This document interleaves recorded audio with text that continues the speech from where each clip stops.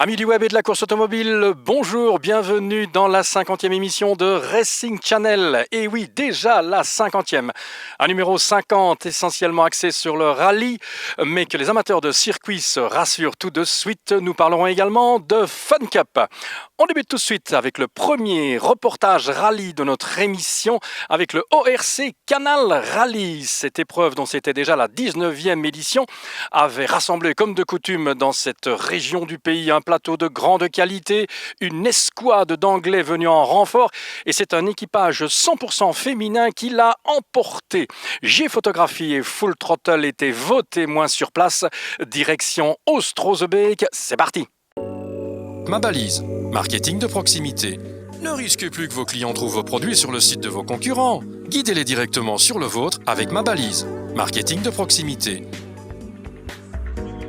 Ne risquez plus que vos clients trouvent vos produits sur le site de vos concurrents.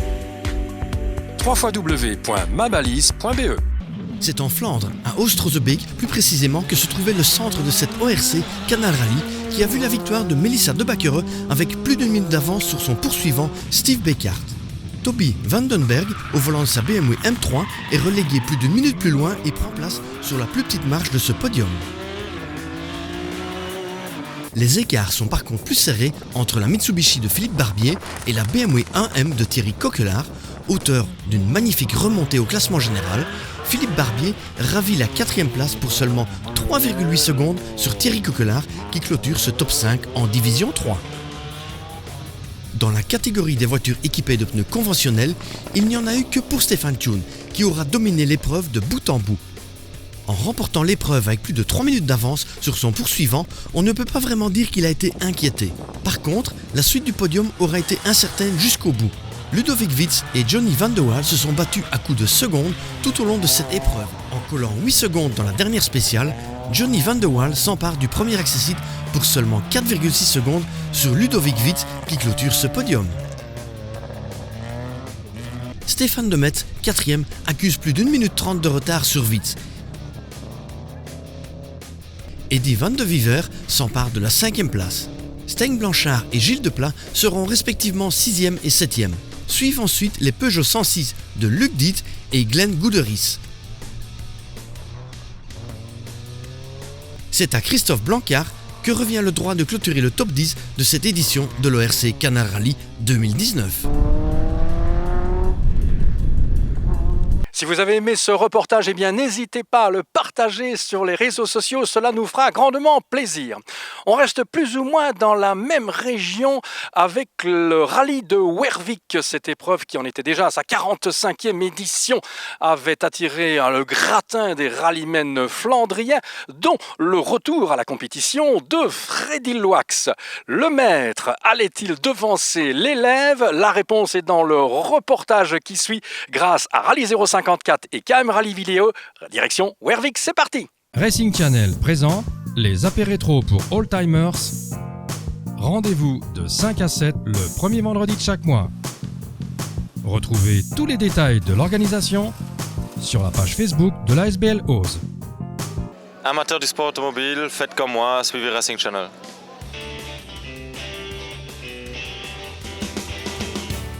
En raison de la pluie tombée en matinée, les spéciales du Wervik Rally édition 2019 étaient rendues très glissantes le matin avant que le soleil ne fasse enfin son apparition sur les chronos suivants. Et d'entrée de jeu, c'est Vincent Verschuren qui prend la tête de cette épreuve avec sur ses traces le pilote officiel Skoda, Sébastien Bedoré.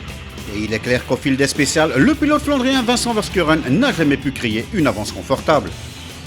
En effet, le pilote officiel Skoda, venu ici comme bien d'autres peaufiner les réglages de leur monture, entamait la dernière boucle avec un retard de seulement 9 secondes sur la Fabia de Vincent Verschuren. Cela semblait être une belle victoire pour Vincent Verschuren, mais dans le dernier chrono, le pilote GoDrive commet une erreur qui lui coûte plusieurs secondes et toute chance de victoire. Celle-ci allait sur le fait au jeune Sébastien Bedoré qui réussit à s'imposer avec 4 secondes d'avance sur l'infortuné Vincent Verschuren. Il remporte ainsi le Wervik Rally après le Claudie Delswal. Derrière ce duo, Davy Van Est s'était montré le plus rapide. Mais suite à des soucis moteurs et ne voulant prendre aucun risque de casse, il range définitivement la Voe Polo sur le côté, cédant ainsi sa place à un certain, et oui, Freddy Loax, venu ici tester la nouvelle Fabia R5 du team Peterson Racing, voiture avec laquelle il prendra le départ du 55e Hyper Rally et où on retrouvera le propriétaire de ce team, Peter Kloon, dans le baquet de droite. On était de suite parti dans la pluie, donc et je trouve plutôt que c'était bien parce que comme ça on a fait un boucle dans la pluie. Et j'étais content, voilà, pas facile bien sûr, je dois encore retrouver mes repères, mais ça va. C'est sûr que moi je vais surtout me concentrer sur le choix de pneus que je vais utiliser à Ypres. Donc je ne vais pas commencer à coter le pneu, ou je prends le pneu pluie, ou je prends le pneu normal, donc on verra. Freddy Roax finalise cette épreuve sur la 3e marche du podium à 2 secondes de Verskuren et à 6 secondes de son poulain, Sébastien Bedoré. Également de la partie, le pilote Globfixer Peter-Jan Michael Krakow a effectué une très belle performance tout au long de ce rallye pour s'emparer d'une très belle 4e place au général à 45 secondes du leader. Mais dans la phase finale, il a ressenti le souffle chaud de Kevin Mercal qui a effectué une remontée solide pour revenir à 1 seconde de la Fabia Globfixer et de clôturer ainsi le top 5. Aux portes du top 5, on retrouve la Fabia R5 de Marty McCormick, auteur lui du 2e meilleur temps le matin sous la pluie. Il prend le 6e rang à plus de 55 secondes, devançant cependant la FSA R5 de Jim Van Den Heuvel et l'effort de WRC de Damien Cole et John Stone. Quant à Tur Van Den Abel, sur sa Ford Fiesta R5, il ferme le top 10 de ce Wervik Rally.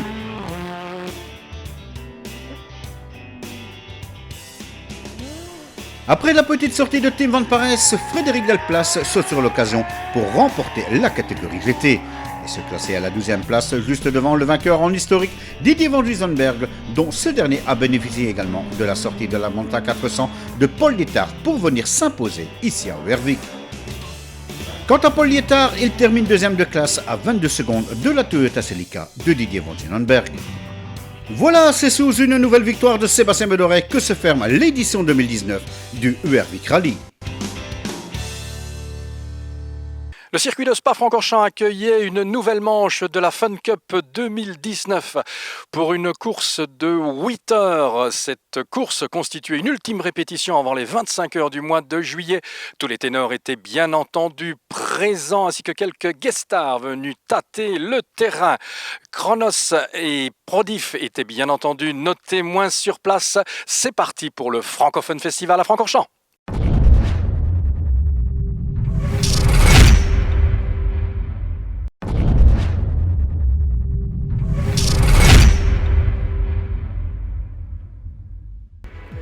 C'est un lieu chargé d'histoire, de légende.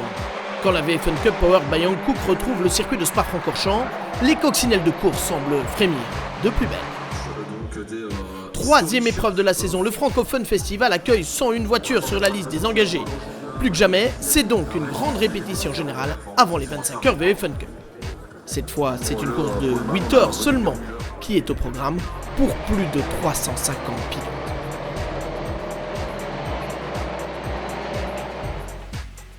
La plupart des favoris répondent d'emblée présents. Martin Le Burton sur la 426 Acom Racing, Kevin Capras sur la 280 Socarden by Milo, le français Théo Nouet sur la 161 Orez et l'autre français Yann Erlaché sur la 421 DDK Racing sont les premiers à s'échapper à l'avant du peloton. On vous emmène au cœur de cette bagarre avec l'Alsacien Yann Erlaché. Et comme vous le voyez, ce pilote de référence du FIA WTCR, la Coupe du Monde des voitures de tourisme, est bien décidé à aller chercher les avant-postes, le doigt pointé vers l'avant, ne ment pas. Yann Erlaché en VFN Cup, c'est la preuve une fois encore que les pilotes de tous les niveaux s'amusent au volant des coccinelles de course, même en venant de voitures parfois bien plus performantes. Ça demande un gros temps d'adaptation, c'est des voitures complètement différentes, des pneus différents, pas d'aéro. Mais c'est pas pour ça que c'est plus facile à piloter, au contraire. Il y a beaucoup de pilotes, je pense, qui arrivent et qui se disent ouais, bon, je sais piloter ça, donc la Fun Cup ça va être facile. Mais non, c'est vraiment un gros travail de réadaptation et c'est vraiment des voitures vraiment pas faciles à emmener. Donc c'est intéressant de travailler dessus, c'est intéressant de travailler son pilotage et de s'adapter. Donc moi c'est toujours un plaisir.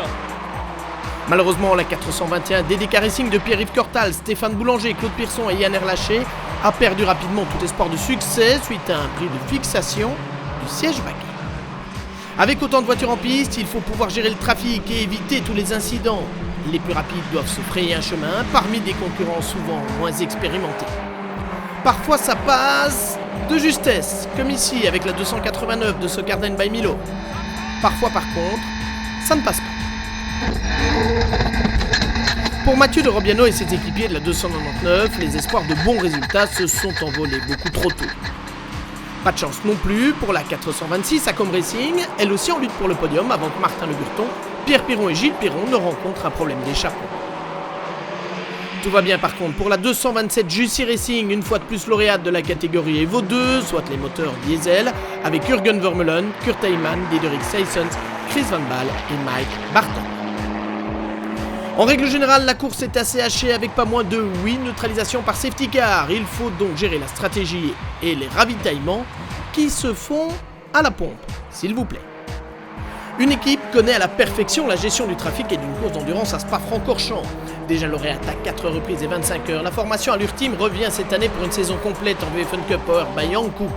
Et ce n'est pas pour faire de la figuration. Après leur succès à Manicourt, Cédric Bollon, Gilles Debru et Sébastien Kleutzken sont dominés ces 8 heures du francophone festival. Stratégie parfaite, équipage irréprochable et un brin de réussite. Lors des neutralisations, la recette est connue. Non seulement les 3 hommes accentuent leur avance au championnat, mais ils ont aussi bien préparé la prochaine échéance. J'avoue, on aimerait bien pouvoir rééditer ça pour les 25 heures, on va faire tout pour, mais bon voilà, notre objectif c'est clairement les 25 heures, hein, ça tient fort à cœur aussi à Cédric, effectivement. Donc on va tout faire, on va essayer de refaire exactement la même chose et on essaiera d'y parvenir. Derrière la 277, Kevin Capras, Christophe Niverlet et Matteo Raspatelli ont terminé au 2e rang. Sur la 280, Sokarden by Milo. Les champions en titre ne parviennent pas à s'imposer cette année, mais ils ne s'inquiètent pas pour autant. C'est comme l'année dernière, le championnat c'est long. Jusqu'aux 25 heures l'année dernière, on était bien classé, mais on n'était pas P1. C'est à partir des 25 heures qu'on a pu commencer à faire le trou. Donc voilà, ici la prochaine épreuve c'est les 25 heures. C'est la course qu'on attend le plus, c'est là qu'on marque les gros points. Donc jusqu'à présent on a fait un bon petit championnat et on va attendre la fin des 25 heures pour un peu voir où on se situe. Le podium est complété par Mathieu Detry, Stéphane Perrin et Sébastien Cardona sur la 269 Jack Motors. Un équipage qui joue la régularité depuis le début de cette année et sur qui il faudra compter à l'avenir. La 4e place revient à la numéro 2 DRM Autographe d'Amaury Richard, Stéphane Emray et Gilles Smith, elle aussi constamment dans le top 5 depuis le début de la saison. Un top 5 dans lequel on retrouve la 149 Sokarden by Milo de Kevin Balthazar, Logan Jadot et Tom Ransonnet malgré des problèmes de sélecteur de boîte de vitesse. Parmi les malchanceux du jour, on retrouve la 278 à Com Racing, alors que cet équipage menait les championnats fun et purs, le quatuor Manu Navas, Stéphane Charlier, David Doutrepont et Anthony Rosa a été victime d'un grid carré. Tout profit pour leurs équipiers de la 255 des Z Racing by Yacom. Jean-Luc Van Dormal, Amine Zegouani et Sébastien Dorkel, les champions purs 2018, ont non seulement remporté leur première victoire cette année, mais ils terminent aussi premiers du classement fun, soit les équipages sans Top Gun. Avec une 6e place au classement général, eux aussi ont brillé lors de ce francophone festival. Et comme tout le monde, ils attendent maintenant impatiemment les 12, 13 et 14 juillet pour vivre intensément les incontournables 25 heures VFN Cup.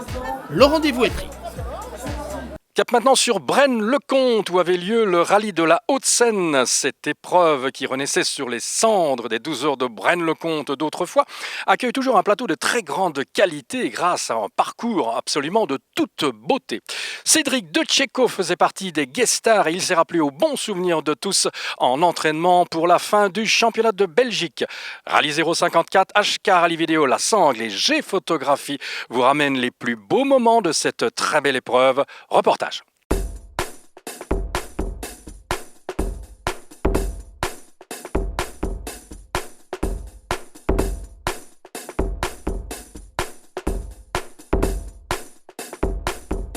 Vous voulez goûter ? Racing Channel présente les apérétros pour Oldtimers. Rendez-vous de 5 à 7 le premier vendredi de chaque mois. Retrouvez tous les détails de l'organisation sur la page Facebook de l'ASBL Ose. C'est durant le dernier week-end du printemps que se tenait à Braine-le-Comte le rallye de la Haute-Seine.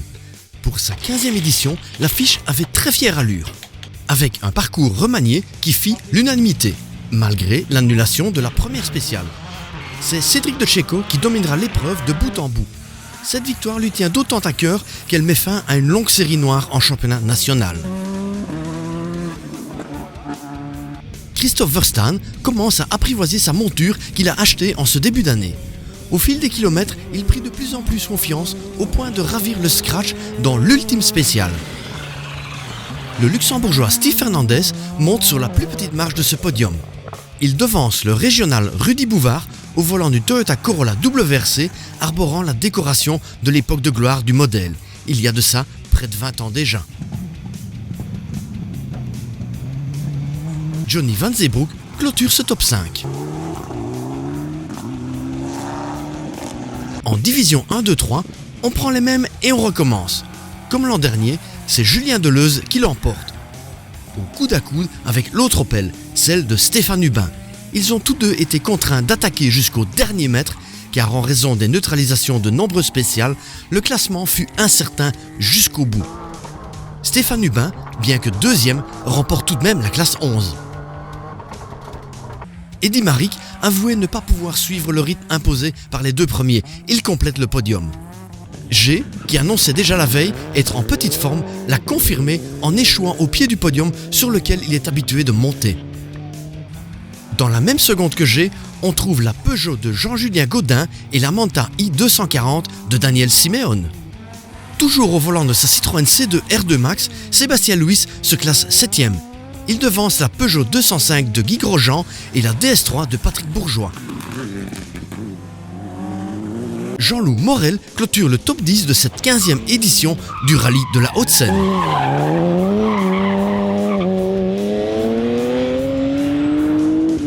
Si vous voulez que Racing Channel continue encore de nombreuses années, n'hésitez pas à partager nos émissions, cela nous fera grandement plaisir.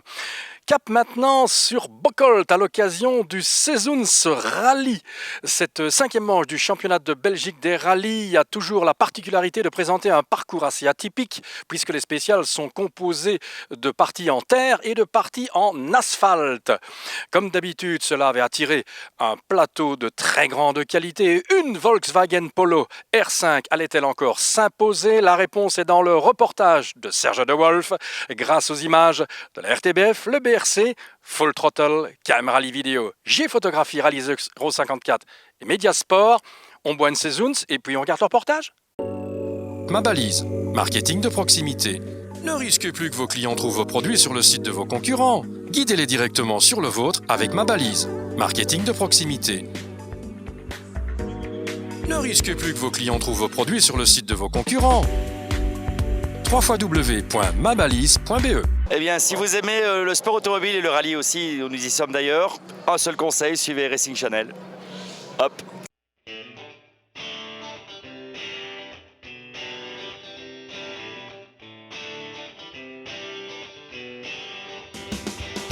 Nous sommes dans la province du Limbourg, en région flamande, plus précisément à Bocholt. Bocholt qui accueille comme chaque année la 5e manche du championnat BRC.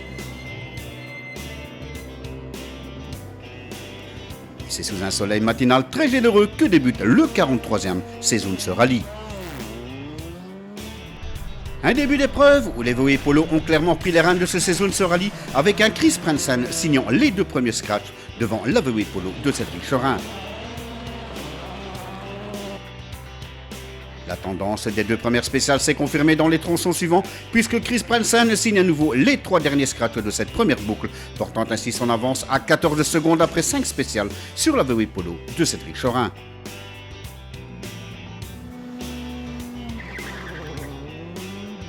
Dans le sillage des VW pointe les Skoda Fabia R5 avec une 3e place pour Sébastien Bedoret à 13 secondes 9 devant Vincent Verkeuren qui s'empare lui du 4e rang à 17 secondes 3.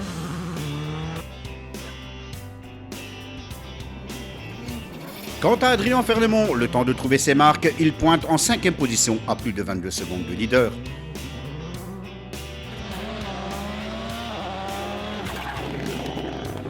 Patrick Seigneur, lui, sur la VW Polo de Berma, prend l'avantage de la 6e place dans le 3e tronçon sur la Skoda de Peter et Michael Krakow. Mauvais début de course pour Guinan de Mévius qui, après avoir fait une erreur et une petite excursion dans une prairie, pointe au 8e rang à 54 secondes devant la Fiesta R5 de Stefan Ring. Oui, on a même fait 2 erreurs, on a fait un autre tout droit dans la spéciale numéro 2. Donc pas un très bon début. Bon, maintenant il faut plus faire d'erreurs maintenant.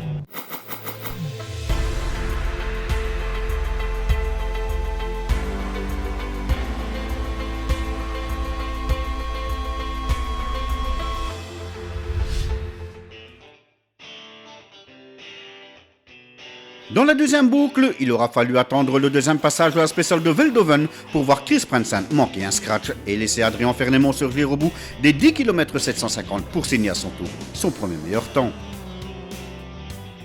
Ouais, c'est clair, ce matin, manque de confiance, mauvais choix de pneus, donc pas évident de se mettre dans le bon train dans ces conditions. Puis ici, ouais, on fait un scratch sur une longue spéciale que j'apprécie. Dans la suivante, c'est enfin Patrick Seyers qui fait parler de lui en signant le chrono le plus rapide.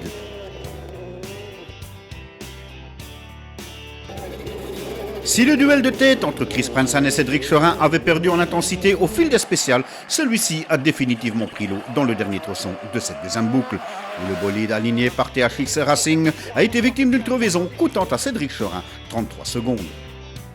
Une crevaison à l'avant gauche, malheureusement, parfois ça arrive, le rallye c'est comme ça. Mais bon, allez, je pense à un concours de circonstances parce que on a fait peut-être une petite erreur, je ne sais pas. Honnêtement, je ne vois pas où je tapais, à part peut-être au jump en retombant là, mais c'est le rallye, c'est comme ça. Maintenant, il reste une boucle et on va essayer de remonter quelques places. Au terme de la 10e spéciale, soit de boucles parcourues, Chris Prensen possède désormais un avantage de 24 secondes sur le pilote officiel Skoda, Sébastien Bedoret. Profitant également de la crevaison de Cédric Chorin, Vincent Verskuren clôture provisoirement le top 3 à 31 secondes et devance pour seulement 4 autres petites secondes la Skoda Fabia de Adrien Fernemont. Suite à sa crevaison, Cédric Chorin a rétrogradé au 6e rang à 11 secondes derrière une autre polo, celle de Patrick Seyers.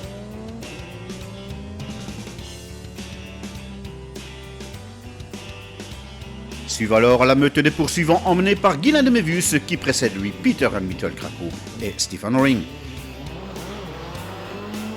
Quant à Eric Van Loon, il ferme le top 10 à 5 spéciales de la fin d'épreuve.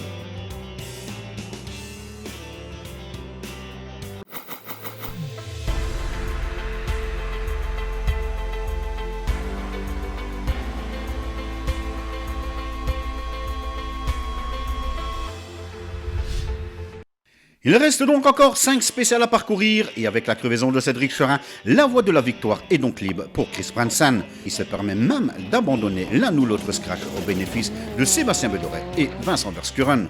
Et après avoir fait l'impasse sur le rallye de Wallonie, Chris Prensen a parfaitement réussi son retour sur le championnat BRC, dominant ce 43e saison de ce rallye pour remporter ce qui constitue déjà sa 3e victoire de la saison. C'est une bonne opération qu'on vient de faire ici.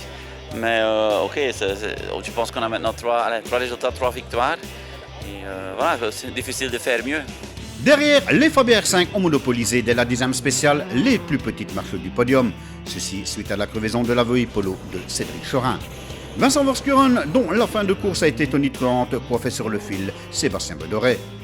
Il clôture cette épreuve avec un retard de 12 secondes sur Chris Prensen, précédant de 11 secondes le pilote officiel Skoda, Sébastien Bedoret, qui perd lui le profit de la 2e place suite à une crevaison dans la toute dernière spéciale. On a vraiment tout donné et bon, malheureusement on a crevé un endroit et bon, c'est le rallye, ça arrive.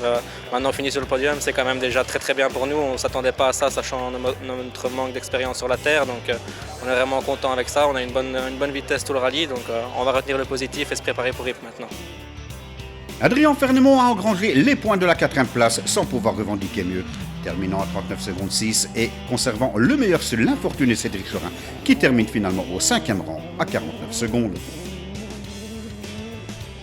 Le top 10 de ce saison est complété par la Fabia R5 de Guinan de Mévius à 1 minute 5 et précédant de plus d'1 minute 47 la Skoda Fabia du pilote Job Fixer, Peter Mitchell Krakow.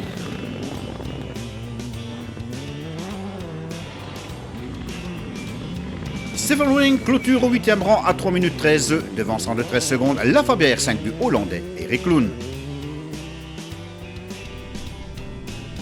Quant à Mutual Bix, il termine à la 10e place à 3 minutes 47 du leader. En RC4 et Junior BRC, eh bien pas de surprise, nouvelle victoire de Grégoire Manser sur son Opel Adam. Et puis, succès également pour la Ford Sierra Cosworth de Dirk Deveux qui remporte la catégorie historique devant la BMW de Guido Kennis.